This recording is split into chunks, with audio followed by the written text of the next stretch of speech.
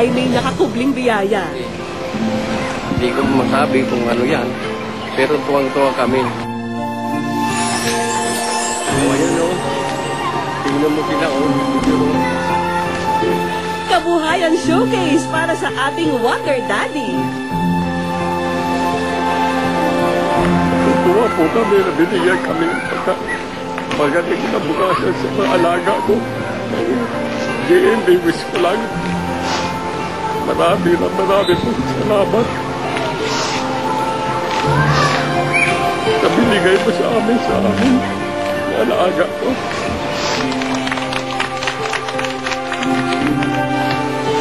Dati palang cook si Bay sa karinderya, kaya naman kayang-kaya niya ang magkaroon ng sariling lugawan. Naniniwala ako na tubong lugaw talaga ito. Wala nang kuwan dyan. Kahit nasa karinderya, hindi ako naniniwala na malulugi. Tubong lugaw talaga siya.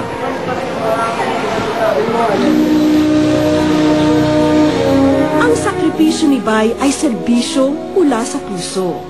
At sa pagpatuloy ng kanilang magandang samahan, ang mas maaliwalas na bukas ay posibleng matupad na.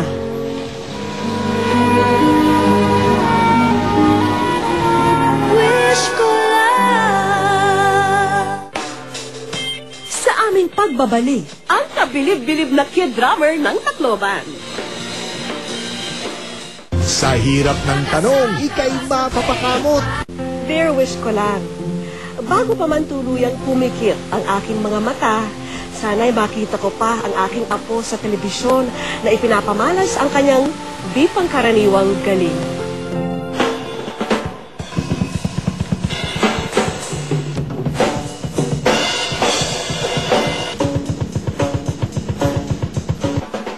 Isang gifted child ang nakilala namin sa Tacloban, Leyte. Sa larangan ng musika siya nagpapakita ng galing, pero hindi sa piano o sa violin, kundi sa pagdadrum siya nahilig.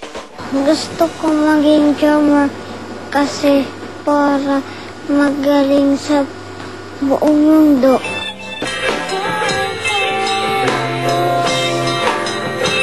Pitong taon pa lang si Kenneth na mas kilala sa tawag na Mot-Mot. Ang mga piyesang kaya niyang tugtugin, di raw pwedeng ismulin. Nanonood lang sa amin dati yun. Tapos, sige, continue. Kahit di niya naaabot yung drum set, yung paa niya nakahang lang. Hindi niya maabot talaga yung pedal. Pero yung timing ng tam-tam, yung intro, ang kanta, kuhang-kuha niya. 2 taon pa lamang si Mot-Mot nang magsimulang pumalo ng tambon. Ang maagang pagkahilig sa drums, naging dahilan para makilala siya sa probinsyang ito. Napabilang siya bilang drummer sa mga kilalang banda sa Tacloban tulad ng Kinder Zone at Mad Clown. Noong 2006, mas madami kasi yan yung peak niya sa niya. Kasi siya yung bata na talagang tumutugtog. Na yung pag tumutugtog, pwede mo na siya i-compare as parang professional.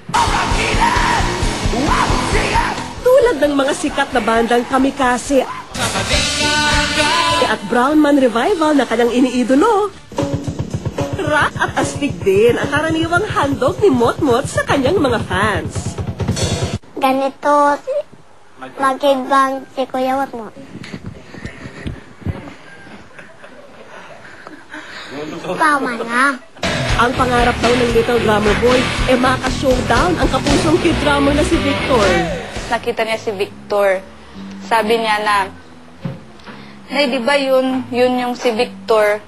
Sana mag-showdown din kami. Pero hindi pa niya masyadong alam na magaling mag-drum si Victor. Parang na-remember lang niya na nang makita niya sa TV, di ba yung si Victor nakita natin sa Mall of Asia, sana kami yung mag-showdown kami. Victor, hinahamon kitang maglaro ng drums. Ang madalas ka-jamming ng grade 1 na si Mot-Mot, mga college student na. Minsan, pagkausap mo siya, parang hindi siya bata. Parang mature na yun. Dahil siguro sa skills niya, na nakakahalubilo niya, malalaki na, ganun.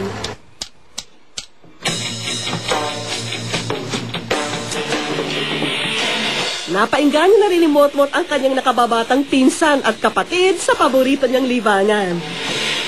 Kaya naman mistulang playground ang studio kapag umi-eksena na sila. Mao, ikaw ano kaya mong gawin? Guitar. Gitar, ikaw. Bass. Bass. Bass. Madali lang Laging ba? guitar lang. Hindi, singer siya. Sa kabila ng pagkahumaling sa pagtugtog, malinaw kay Motmot ang halaga ng kanyang pag-aaral. Si Lola Lily ang tumatayong ina ni Motmot habang nasa Maynila ang mga magulang ng bata. Dapat priority pa din yung studies. Kasi iba naman yung ano nila sa school. Dapat, kasi alam niya, sabi niya, nanay, pag hindi ako gumawa ng homework or assignment, baka bukas i-squat ako. So, ayaw niya din nang i-squat. Ayaw din niya na napapanish siya sa school. Nitong Pebrero lang nang yumao ang kabiyak ni Lola Lily. Si Lolo Dodong daw ang talagang pursigido na mas makilala ang kanyang apo. Sa pag-asang matatagpuan niya sa Maynila ang swerte para kay Motmot, nagbaka sakali si Lolo Dodong na personal na iabot ang kanyang liham sa wish ko lang. Before sa week na yun, tumawag siya sa akin na may prepare na siyang sulat. Alam naman daw niya kung saan nag-shooting yung wish ko lang.